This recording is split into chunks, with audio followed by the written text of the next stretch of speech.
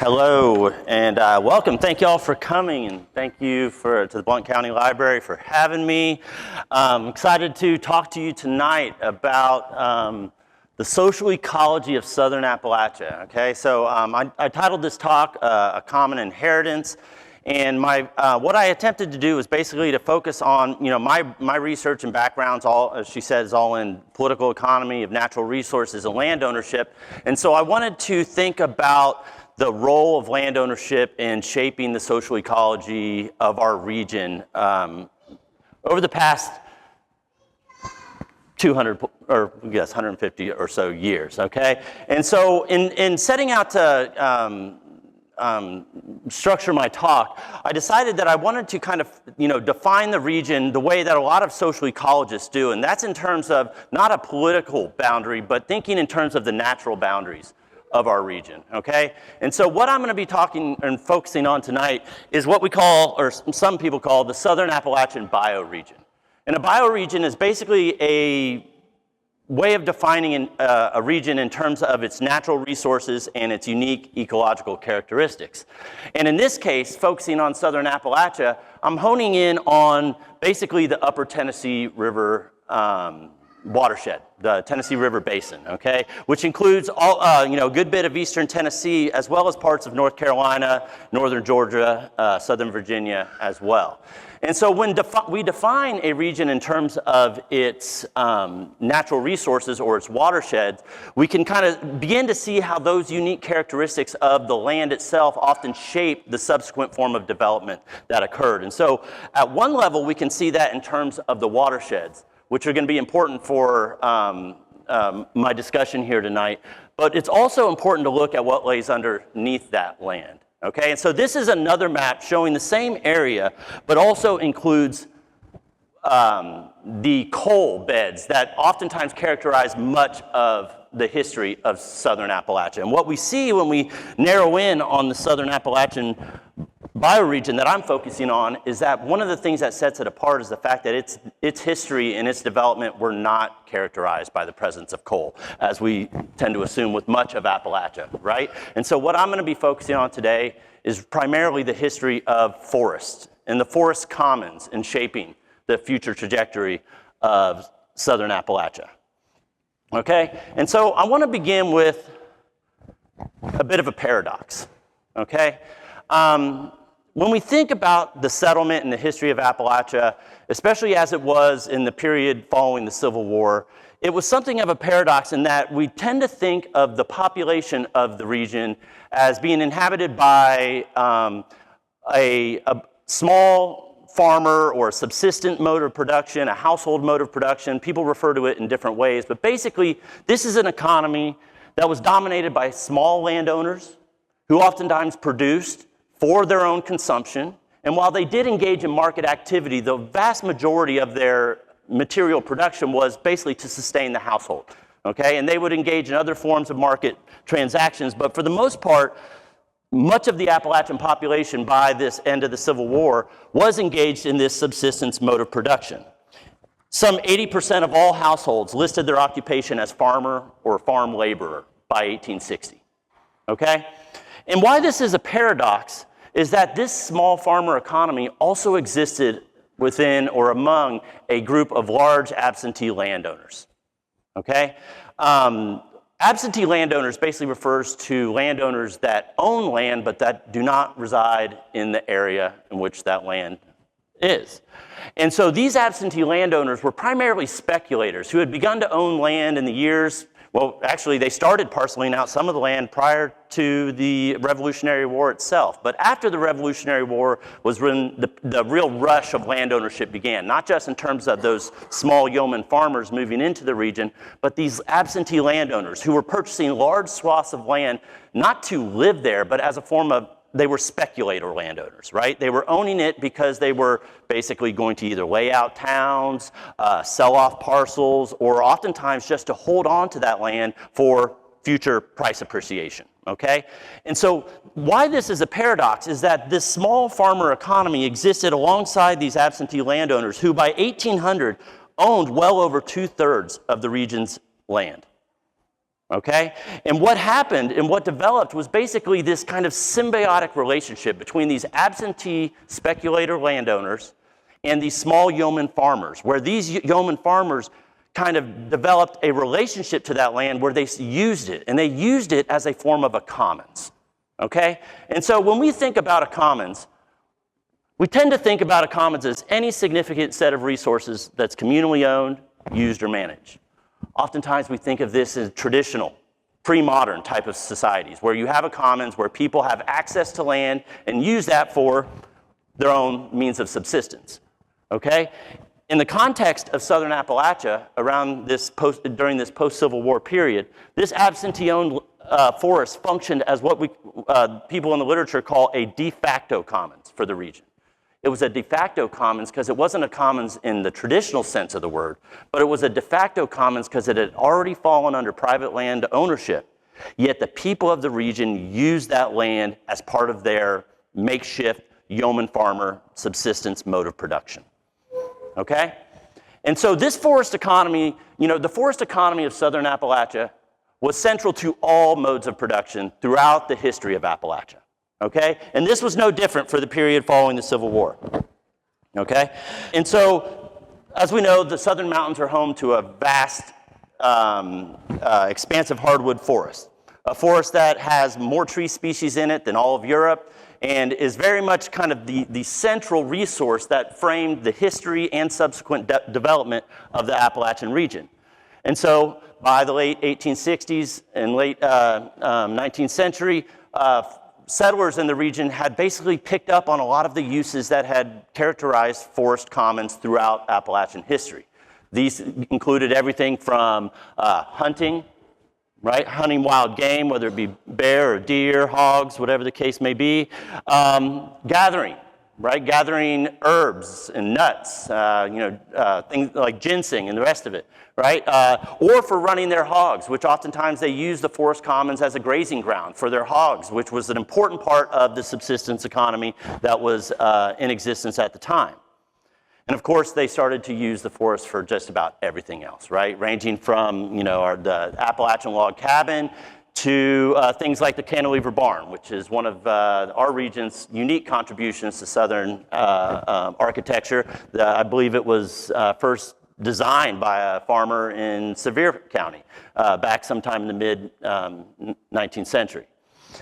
Anyway, the forest economy was critical to the people that lived in this region. Okay? At the same time, there was early industrial activity that was also having significant impacts on the region. Okay? We often think about Appalachia in the 19th century, again, as this kind of subsistence mode of production. But there was also industrial enterprises emerging as well, whether it was tanneries, smelters, things like that. This photo right here is from Ducktown, the copper smelting location over near Ducktown, or on the Ocoee River on the southern side of the mountains. And these all had very significant impacts on the forest ecology of the region. But during the late 19th century, commercial logging continued to expand and was becoming a viable means for local subsistence farmers to not only harvest wood for their own use, but also to gain access to markets and some currency. Okay?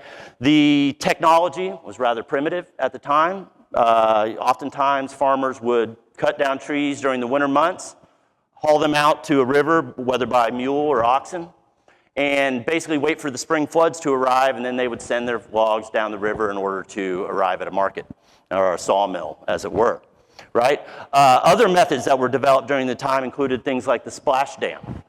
Okay, the splash dam was a unique technological design where basically they would create a dam on a river. And they would wait, and again, they would kind of build that dam on the river and wait for the spring rains to come, which would fill up the water behind that dam as they filled it with logs, and then they would either release a gate, set the thing on fire, and the logs would go rushing down to the river, and again, enable them to access markets, to receive, to earn much needed currency at the time. Okay? And so all of this was taking place during the 19th century, but the impacts of early logging, while they were significant, they did not do away with the importance of the forest ecology itself. Okay? Because at the time, the forests were still too critical of a resource for the mountain farmers, and they kind of functioned as this commons that enabled them to sustain their way of life. Okay? And so they engaged in all sorts of different practices, ranging from forest fallowing, which was a widely used method of kind of crop rotation to maintain soil health. And they also engaged in different forms of barter and trade. But at the time, again, there was this relationship between the forests themselves and the kind of the health of the small farmer economy. Okay? And all of this began to change around the late 19th century with the arrival of the industrial railroads. Okay? The industrial railroads came into the region beginning around 1885. And at the time, railroads were kind of remaking the political economy of the nation as a whole. By the late 1800s, the railroads had stretched across the nation, and the industrial railroads themselves had largely been connected to the forest economy that had cut over regions like the upper Midwest and had already made their way out to the Pacific Northwest as well. But it wasn't until the late 1800s where they started to turn their attention towards southern Appalachia. Okay, and this had to do with some technological developments that were occurring at the time, namely having to do with the ability of railroads to access steep mountain slopes, etc. Okay? But at the same time, I wanted to emphasize again that the vast majority of land at the time continued to be owned by these absentee landowners. But what occurred when the industrial railroads came into the region is that they started to purchase this land. And what we saw was a shift from absentee speculator landowners to industrial loggers. Okay? And this began around 1885. By 1885, industrial timber buyers had begun to purchase large swaths of land across the region. As I said, they were drawn into the region by the vast stands of virgin timber that continued to exist, especially up in some of the higher areas, the higher elevations of the mountains, particularly the Smokies, and as well as relatively cheap land and cheap non-union labor. By the late 1800s, the logging country in the Pacific Northwest had very much been unionized, and that presented some issues as well to the industrial railroad industry. And so they increasingly looked to the south. And they began this process of purchasing the land across the region. I wanted to highlight a couple of the big players in this movement, okay? We begin with William Ritter Lumber Company, which purchased over 200,000 acres of land in North Carolina alone. They went on to become the largest landowner in the region.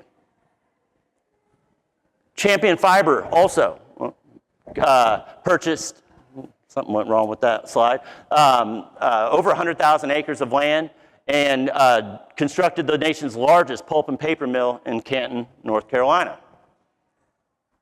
And then you have George Washington Vanderbilt, who came to the region in the late 1800s for health reasons. He was the grandson of Cornelius Vanderbilt and ended up purchasing some 120,000 acres to build a summer estate, the Biltmore, which I imagine most of us are familiar with, but also in doing so established the nation's first forestry school, which became very important to the development of forestry and forest management practices across the region.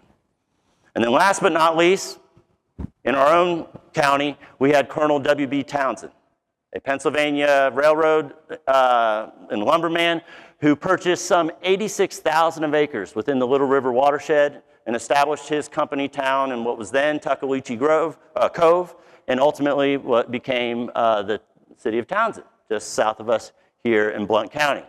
All right?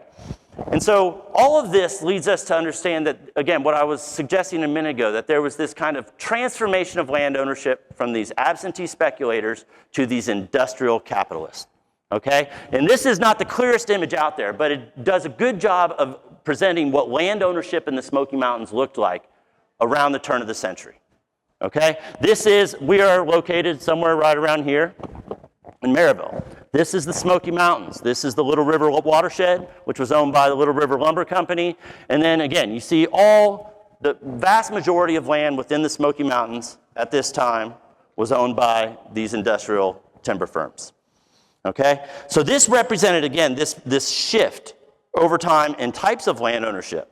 And by 1930, only 38% of all privately owned timberlands in the region was held by individual farmers. The vast majority, some 62%, was owned by these industrial timber firms.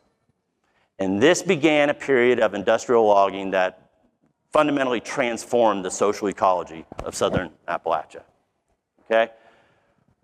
So, when we think about the impacts of industrial logging, well, we think about the technologies, right? And the technologies really are quite impressive, right? Whether it is the Shay locomotive, which was the first geared railroad that allowed the railroads to, again, come into the mountains, get up into the higher slopes.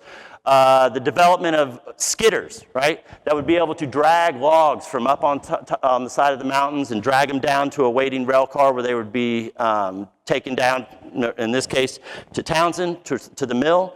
Or even overhead skidders, right? Some of these overhead skidders and technological advances allowed them to pull in logs from as far away as 3,000 feet, right? And so the history of this period of logging across the region really is, one of a scale and a type that had never existed before, okay? And as I said, there's no single entity or activity in the history of the region that had as great of an impact on the social ecology as the Southern Industrial Railroad loggers. And so when we think about the impacts that this had on the ecology of the region, some of these photos will testify to that, okay?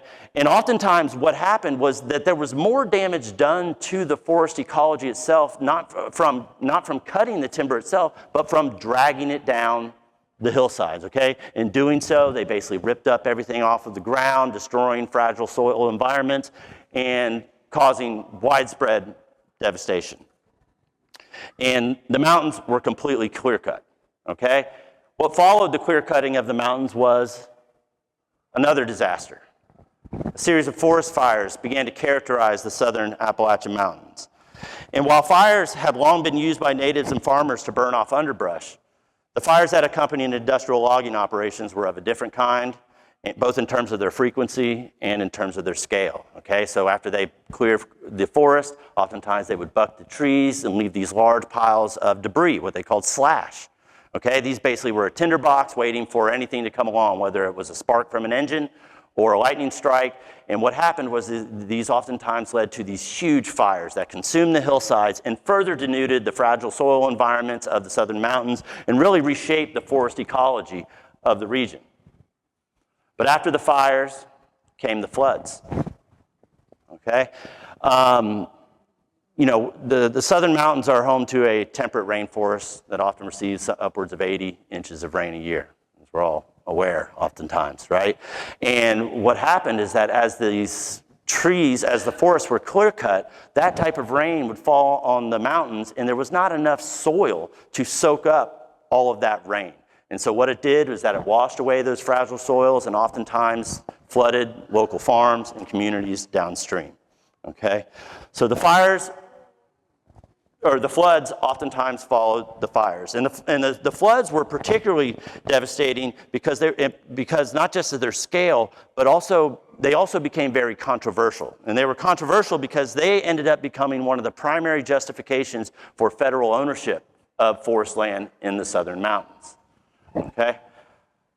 So, by the early 20th century, the entire region had been cut over in one of the most impressive and destructive industrial timber operations in history.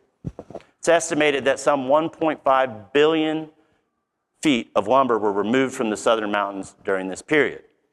As a result, wildlife populations plummeted, and the rich biodiversity of the region began to experience a dramatic decline. And ultimately, what this did in terms of the social ecology of the region is that it transformed social life along with the environment, okay? Because as I had mentioned earlier, those forests had served as kind of this commons that sustained the small farmer economy during the 19th century. But once those were lost, so was that way of life, all right? And so I tend to think of this in terms of the push and pull. Okay, so while the destruction of the commons served to push people away from the land because they could no longer sustain themselves in that small farmer economy, there was also the pull of what we call public work, basically wage labor. And farmers had been engaged in various forms of public work throughout the 19th century, again, to earn, some currency for much needed commodities and things like that. But it was a marginal, not a central part of their economic production. But as the forest commons were destroyed, that became the only viable way of life. And so basically, people increasingly left the land looking for opportunity elsewhere, oftentimes in the lumber camps or in nearby emerging industrial centers. Well, as if to add insult to injury, we also had the chestnut blight arriving during the mid-1920s, all right? The chestnut blight, the American chestnut tree was the keystone species of the southern Appalachian forest. It served all sorts of needs, not just for human beings, but also for the wildlife in the area. And the chestnut blight, I think it was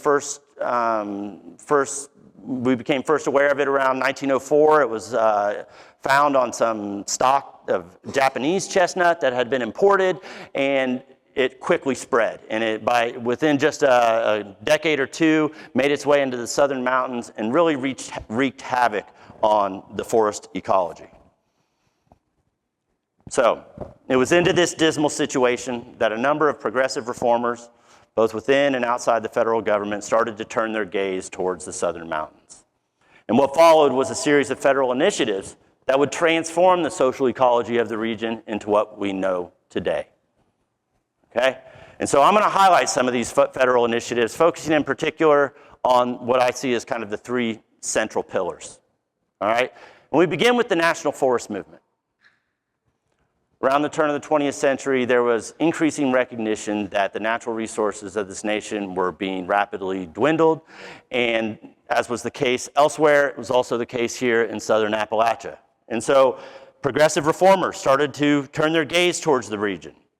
In 1899, a federal government endorsed a series of investigations into the causes and the extent of the flooding, which was happening increasingly throughout the region. The authors of this report blamed the wasteful practices of the logging industry and recommended the creation of a Southern Forest Reserve. At the time, though, there was no such thing as a forest reserve in the East.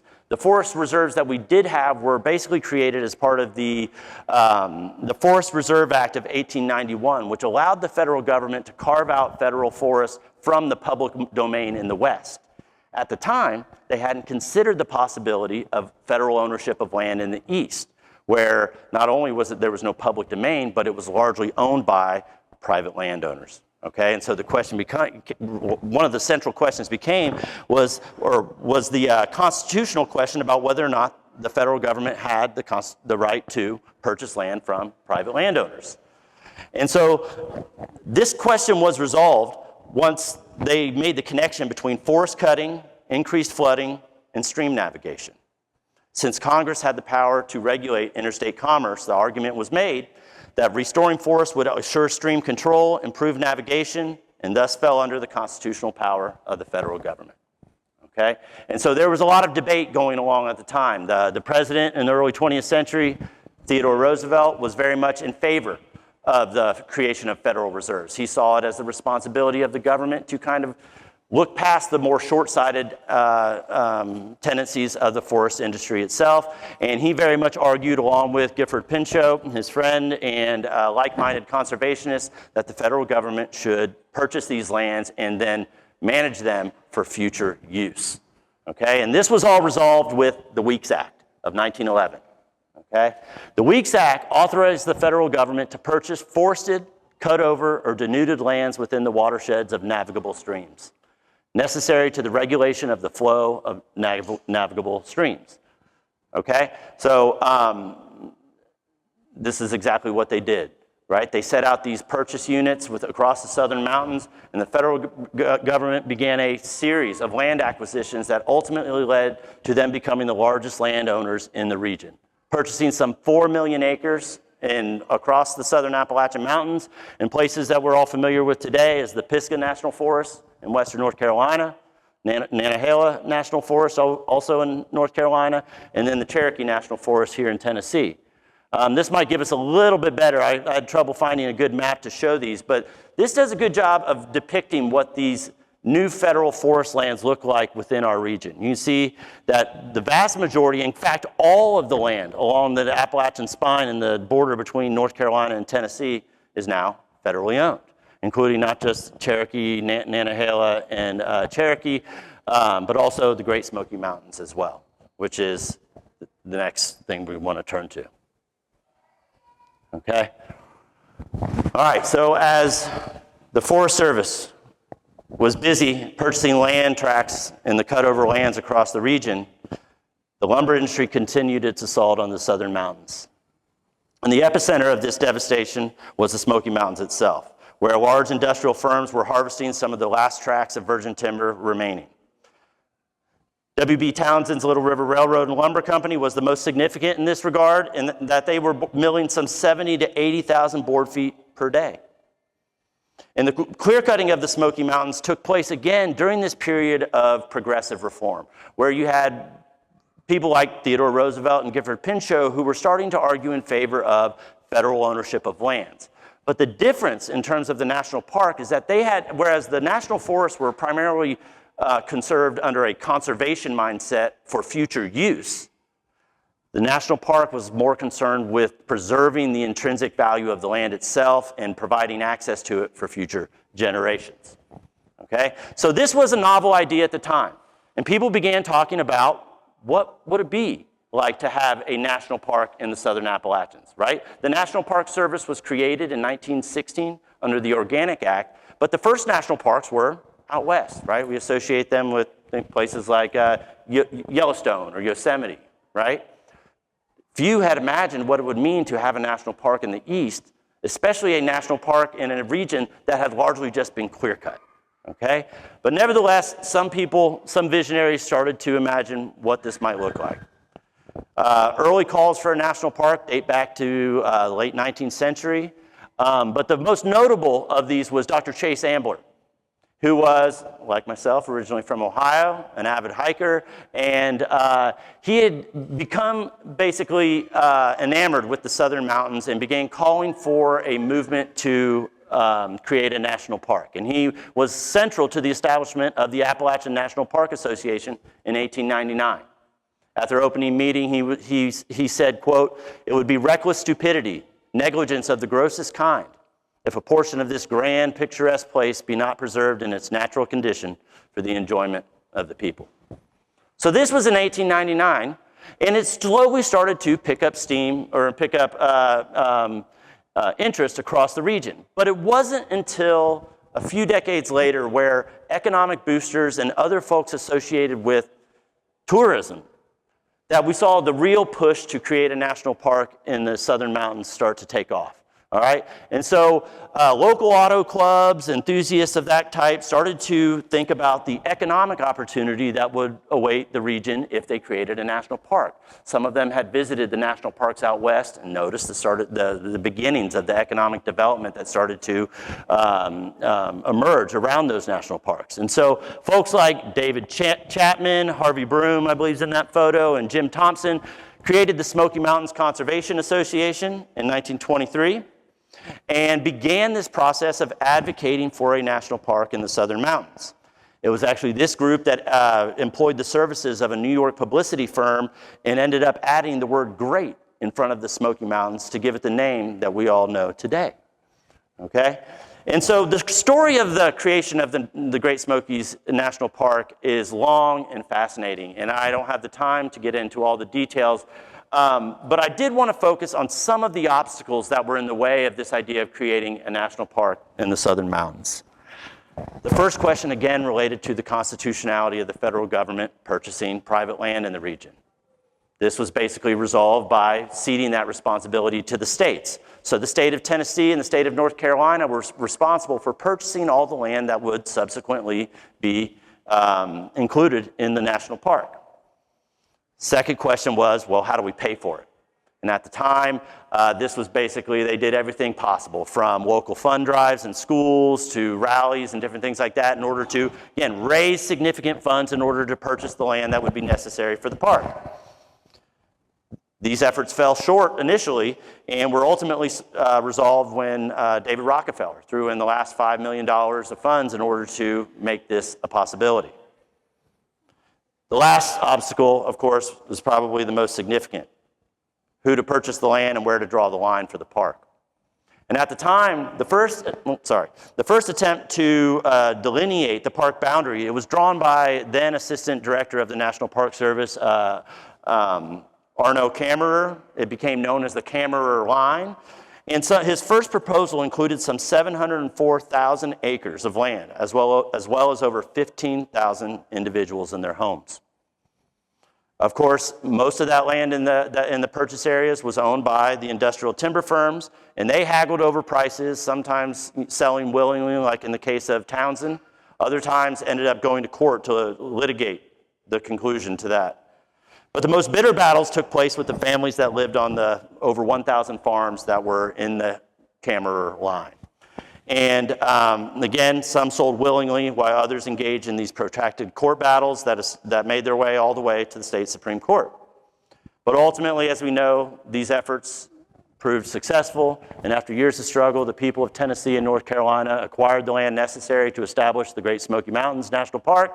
It was established in 1934. It was dedicated in September of 1940 by Franklin Roosevelt. This is a photo of him up there at Newfound Gap.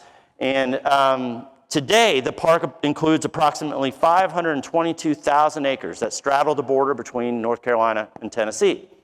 And in terms of managing this land, there's this ongoing tension that's really kind of built into the founding charter of the National Park Service itself, between trying to maintain and preserve the integrity of the land while also providing access to future generations. And we've seen over the course of the history of the Great Smoky Mountains, they've done their best, it seems, sometimes better, sometimes worse, to kind of navigate these dual responsibilities. Okay. So while the Forest Service and the National Park were addressing the ecological devastation left by the industry, the people of the region continued to suffer under some of the worst conditions, worst ecological and social conditions in the nation. So by the 1930s, the people of the Tennessee River Valley were among the poorest in the nation. Their poverty was very much related to the destruction of the commons, but it was also exacerbated by other processes. Most notably, the issue of partible inheritance. So partible inheritance basically refers to the practice of dividing family land among heirs, okay? And so over time, what we saw in southern Appalachia is that with population growth, larger families, the land would be subdivided between heirs, and led to a rising number of farms while decreasing the average size. So the average size of farms in the mountains decreased from 187 acres on average in the 1880s to, by 1930, only 76 acres. As farms decreased in size, their productivity declined, and with the loss of the commons, they began to engage in agricultural practices that exhausted the soil and led to severe erosion. To most serious observers, the conditions in the region would continue to deteriorate unless there was something done about it. And many of them called on a broad, coordinated effort to transform the social ecology of the region and to address the plight of the rural farmers of southern Appalachia. And this overlapped with another process taking place at the same time, the question of taming the Tennessee River itself. Okay, so the Tennessee River had long been a major economic artery for the region. Yet it also was very much restricted the development of the region due to the fact that it was a very shoaly river, that in low water times it was difficult to navigate, but when waters came up, the sucks and the rapids along especially in the Tennessee River Gorge, proved to be a restriction on the economic development of the region. But it was ultimately the increasing devastation from floods and the growing demand for electricity that began this process of damming the Tennessee River. Okay, the first dam built along the Tennessee River was the Hales Bar Lock and Dam, which was just southwest of Chattanooga. And this dam was completed in 1913 with funding from the local business interests and investors from New York. And while this did serve to increase navigation along the Tennessee River, it did not address the broader issue of flooding. Another early dam that's worth mentioning is Wilson Dam. This is the dam that was built along on the Tennessee River down near Muscle Shoals. And the primary impetus for this dam actually came from the federal government itself, which needed hydroelectric power for a nitrate plant in order to manufacture fertilizers for war munitions.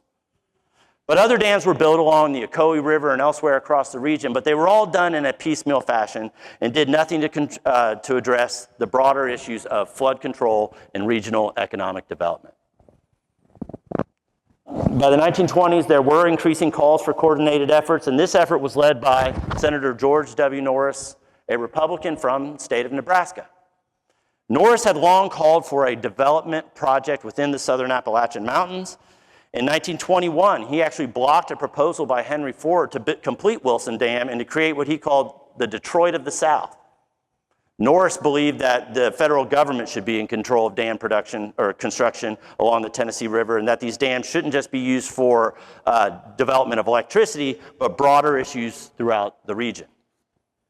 But Norris's vision basically went unheeded throughout the 1920s, and it wasn't until the election of Franklin Roosevelt in 1932 that we saw the establishment of the Tennessee Valley Authority.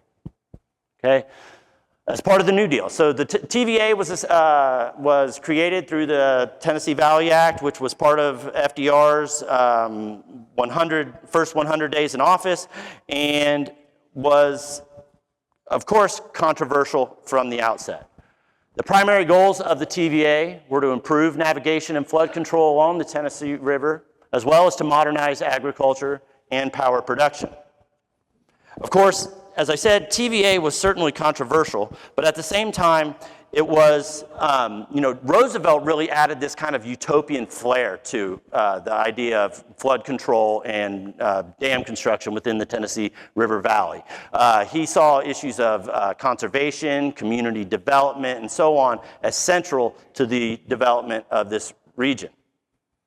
And so the Tennessee Valley, in just a few years, was remade by this series of dams.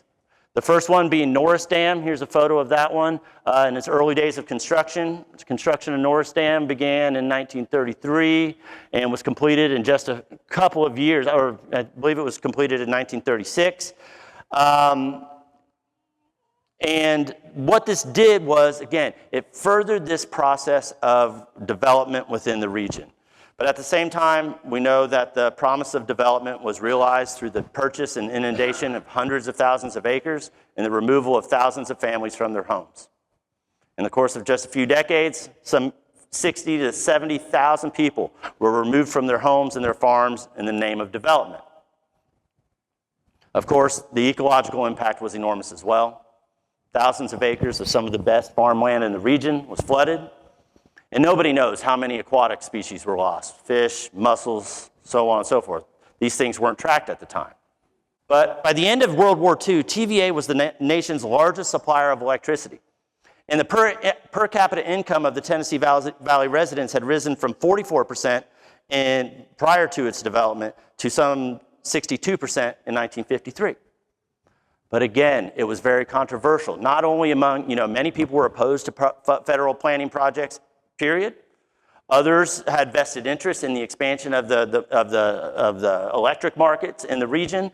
And so it was certainly controversial, and it has soured, the removal of people from the land very much soured community relations and left a deeply seated bitterness and suspicion of the federal government that oftentimes remains to this day. This was the controversial legacy that continues, right? And so, what I wanted to do with this photo was to basically to highlight the integrated nature of the TVA itself. Some 26 dams throughout the region that led to this coordinated, federally controlled development project, right? Which again, in this last slide, the key points that it was not just to provide power production, but also improve navigation and flood control along the river and modernization of agriculture. So you see a lot of different projects going on at the same time. Modernizing the region, removing farmers from the land, providing electricity, while also increasing flood control within the region. So very much a controversial project that continues to be with us to this day, right? And also, and I mentioned, many people at the time, were opposed to the TVA. But by the late 1960s, this controversy and the skepticism towards the TVA expanded not just to traditional conservatives, but also to liberals and progressives as well, who had basically seen the agency that was created in order to reconstruct the natural environment increasingly became one of the largest players in having a negative environmental impact on the region. Okay, and it also was criticized for becoming an unaccountable bureaucracy whose single-minded goal was basically to produce as cheap a power as possible with little regard to the social and environmental harm that was resulted from it. Okay, so here, let me start to get to my punchline. Today, I argue that these federal entities constitute a de jure commons that frames the social ecology of the Southern Mountains. So whereas in the 19th century, the absentee landowners owned it and it functioned as a de facto commons just by happenstance, by the 20th century, in the mid-20th century, there was a de jure commons that was regulated by modern bureaucratic structures and oftentimes embodied many of the particularities and contradictions that ensue from them. But collectively, they provide a huge contribution, both socially and ecologically, to our region. They manage, again, the Forest Service, the National Park, and TVA, over 5 million acres of land across the region, which is a vast ecological reserve that attracts a wide array of users, from outdoor recreationists, hunters, environmental educators, so on. They're also responsible for billions, tens of billions of dollars of economic activity, from the gateway communities of Cherokee and Gatlinburg to places like Oak Ridge. Really, the economic development of the region was very much made possible by these agencies. But at the same time, this is not to say that these, again, federal agencies did no harm or that mistakes were not made. The history of the Forest Service, the National Park, and the TVA are replete with social and environmental harms, many of which continue today. TVA perhaps is the most controversial among these, right? Despite current claims of being a leader in renewable energy, TVA is currently engaged in a massive natural gas build-out that will continue to produce greenhouse gases that will exacerbate issues of climate change. But at the same time, we were reminded in recent weeks of the important contribution that TVA makes to our region, right? Hurricane Helene dropped a historic amount of water on the headwaters of the Tennessee River. And without those dams today, we were reminded that places like Chattanooga and other communities along the river would be FEMA disaster zones today. So this isn't a simple good, bad type of discussion. It's an understanding of what these forest commons mean for us today.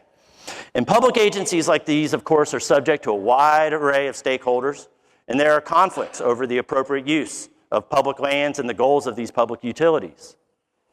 But for now, we should take comfort in the fact that there are mechanisms, however limited, in place that allow the public to have a say in how these commons are managed.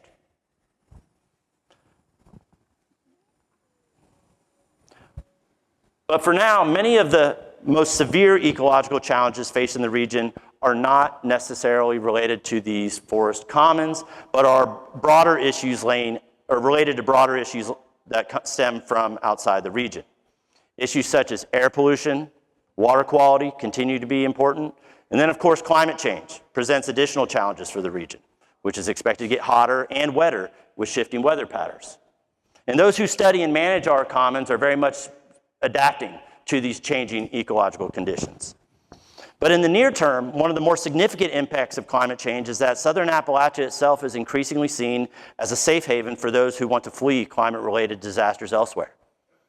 Here in the region, we've experienced an influx of population from places like California and Florida, and this population growth has outpaced national averages, which many of us in this area are painfully aware. Okay, and these migrants are, again, as I said, are fleeing rising cost of living and other issues related to climate-related disasters. But at the same time, this influx of people into the region is increasing the stress on our social and ecological systems. Now, many view population growth as an opportunity that will continue to spur additional economic growth in the region. Of course, many in the region are in need of economic opportunity, but the impacts of population growth are also exacerbating issues related to traffic congestion, urban sprawl, and rising home prices. And so communities across the region are trying to adapt to these changes by passing comprehensive growth plans, right, that facilitate growth while maintaining the rural character of the region. And so in my mind, I've started to think of this as something of a kind of an emerging identity crisis within Southern Appalachia, right? Mayor Ed Mitchell noted in his briefing on the state of Blount County a few weeks back that there's nothing we can do to stop growth. Our friends down in Townsend are struggling with this reality as well as they're trying to maintain their self-identity as the peaceful side of the Smoky Mountains. So it seems to me that there's a certain irony between the reality of the social and environmental history that I laid out here this evening and the prevailing political ideology of the region. The fact of the matter is that federal policy and planning is largely responsible for resurrecting the region in the wake of the devastation that was caused by the industrial logging industry in the early 1900s. And it's only through public policy and planning that we're going to be able to limit or mitigate this seemingly never-ending growth that characterizes our current political economy. And so the federal government of the federal commons of Southern Appalachia have established a large endowment for the region. It's what I titled this talk. It's our common inheritance. But what becomes of this endowment and the social ecology of the region in the next decades will ultimately depend on the people of the region coming to terms with the growth machine that's currently bearing down on us. And that's all my time. Thank you for coming tonight.